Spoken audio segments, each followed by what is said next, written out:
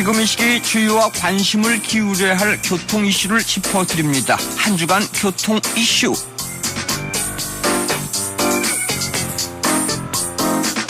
고속도로 2차 사고 사망자가 급증하고 있다고 하는데요. 자세한 소식 김경배 교통전문위원에게 들어보도록 하겠습니다. 김 의원님 안녕하세요. 네, 안녕하십니까. 네, 한국도로공사가 최근 들어 고속도로 2차 사고 사망자가 또다시 급증하고 있다는 경고성 발표를 했는데 자세한 이야기 전해주시죠.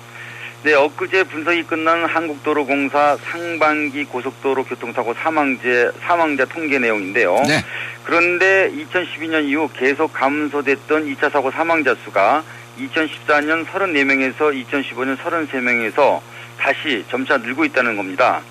중시할 부분은 운행 중에 갑자기 차가 멈추는 고장차에 의한 2차 사고가 예년보다 증가하고 있다는 점인데요.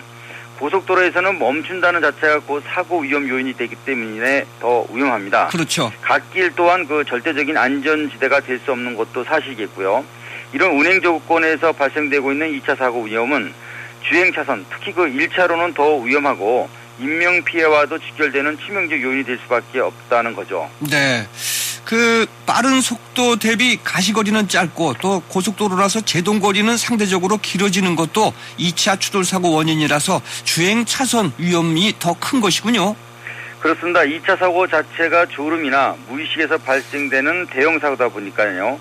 거의가 그 제동조차 없이 그대로 충격하는 상황이 많습니다. 네. 결국 피해의 정도는 멈춘 차나 추돌한 차의 크기와 또 충격 부위와도 직결이 되고요.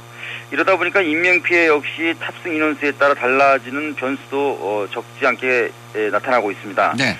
지난 3월 25톤 대형 화물차가 고장난 버스를 추돌한 2차 사고로 4명이 숨진 것도 바로 이 때문인데요. 네. 승객 19명이 탑승한 채 순천 완주고속도로 오수 2터널 내 2차선과 갓길에 걸쳐서 비스듬히 멈춘 것이 화근이었습니다. 지난달에도 그 서해안 고속도로 서해대교에서 2명이 사망을 했는데요. 타이어 파손으로 3차로에 정차한 대형 화물차를 인지 못했던 그 뒤따르던 2.5톤 트럭이 1차 충돌을 했고요. 역시 그 뒤따르던 19.5톤 그 대형 트럭이 다시 덮치면서 소형 화물차 탑승객 2명이 숨지는 그런 안타까운 사고였습니다. 네. 잠깐 한눈을 파는 것도 위험하지만요. 도로 체면이나 불빛 체면에 쉽게 빠져드는 누적된 피로를 피하는 것도 바로 안전 대책이라고 생각됩니다. 네. 이 고속도로 2차 사고 예방을 위해서 어떤 대응이 필요할까요? 네, 아쉬운 것은 운전자가 고장차를 갓길로 이동시킬 수 있었지만 방치했다는 것이 도로공사 측의 주장입니다. 네. 발단의 화근은 맞습니다. 하지만 탑승객이 피하는 것 자체도 불가하는 상황이 많은 것이 바로 그 고속도로 현장 상황이라 아쉽다고 생각되는 부분입니다. 네. 때문에 가급적 갓길 쪽 우측 차로를 이용하는 것이 좋겠고요. 야간일수록 주행 차선 선택은 필수 안전 대책이라고 판단이 됩니다. 요소 상황도 변수가 크지만 주간과 야간 사정 또한 너무 다른 만큼 그 안전 삼각대를 규정 설치하기조차도 불가능한 현실이 너무 많기 때문인데요. 그렇죠.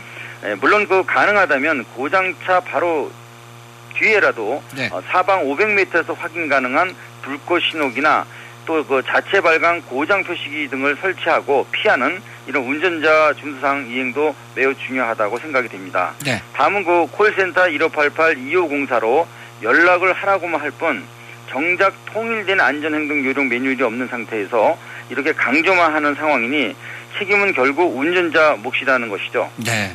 그 운전자분들이 더욱더 정신 바짝 차려야겠네요. 네, 맞습니다. 예. 그리고 국지적 폭우가 쏟아지는 여름철 자동차 관리, 특히 야간 안전운행을 위한 필수 점검 아주 중요한데 어떤 점을 중점적으로 점검해야 할까요? 네, 모두가 중요하지만요.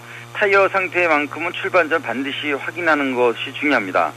타이어와 도로 표면 사이 형성되는 우기의 그 수막 현상 방지도 여기에 포함되기 때문에 네. 트레이드 홈 깊이가 1.6mm가 안 되면 교환을 하고 공기압도 평시보다 한 5% 10% 사이를 높게 해주는 것이 좋겠습니다. 네. 그리고 야간 운행이 많을수록 전조등과 어둠 속에서 집회가 되고 있는 후미 등을 비롯한 옆단 등 그 수시 점검도 빼놓을 수 없는 상황이 있고요. 네. 대형 화물차일수록 긴 적재함을 인지하기 위해서 야간 운행에서는 켜서는 안 될 후진등 같은 램프 점등이 많은 것도 사실이지만요. 네. 이런 것은 그 폭우 속이 아니라면 후미차 운전자에게 눈부심을 주는 그런 너무 그 밝은 램프 등을 피하는 것이 좋겠고요. 네. 와이퍼의 점검 사항도 필수 대상입니다. 네.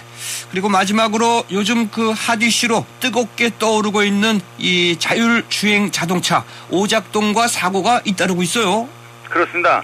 제네시스와 투싼 IX 등이 잇단 승인에 대학에서도 자율주행차 개발 붐이 일고 있지만은 네. 사고로 운전자를 숨지게 했던 테슬라 자동 주행 장치가 또 오작동으로 그 사고를 냈죠. 네네. 이런 현실로 미뤄볼 때 모든 책임과 생명은 그 사람인 운전자가 지켜야 한다는 결론이라 지금으로서는 그 낙관보다는 비관적으로 볼 수밖에 없다는 견해도 큽니다. 네. 게다가 그 강렬한 태양광 반사 때문에 인식을 못해서 충돌 사고로 무인 사고 자율주행 중에 있던 그 첫 사망 사고를 발생을 했고요. 네네. 또 이어서 인명 피해는 없지만 그 전복되는 사고로 이어졌습니다.